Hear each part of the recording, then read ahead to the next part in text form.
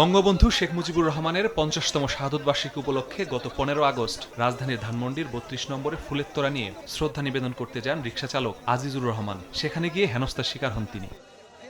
এ সময় তাকে আটক করে ধানমন্ডি থানায় নিয়ে যায় পুলিশ। পরদিন হত্যা চেষ্টা মামলায় গ্রেফতার দেখিয়ে আজিজুরকে আদালতে পাঠিয়ে কারাগারে আটকে রাখার আবেদন করে পুলিশ।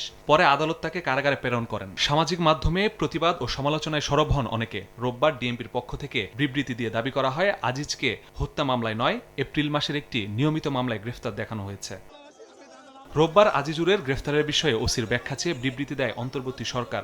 একই সঙ্গে ওসির বক্তব্যের অসঙ্গতি খতিয়ে দেখা হচ্ছে বলেও জানানো হয় বিবৃতিতে। ঢাকার মেট্রোপলিটন ম্যাজিস্ট্রেট আদালতে জামিন চেয়ে আবেদন করেন অ্যাডভোকেট ফারজানা ইয়াসমিন রাখি। রোববার শুনানি শেষে তার জামিন মঞ্জুর করেন বিচারক। তার বিরুদ্ধে আর কোনো মামলা না থাকায় কারামুক্তিতেও বাধা নেই। মাসুদুর রহমান, সময় সংবাদ, ঢাকা।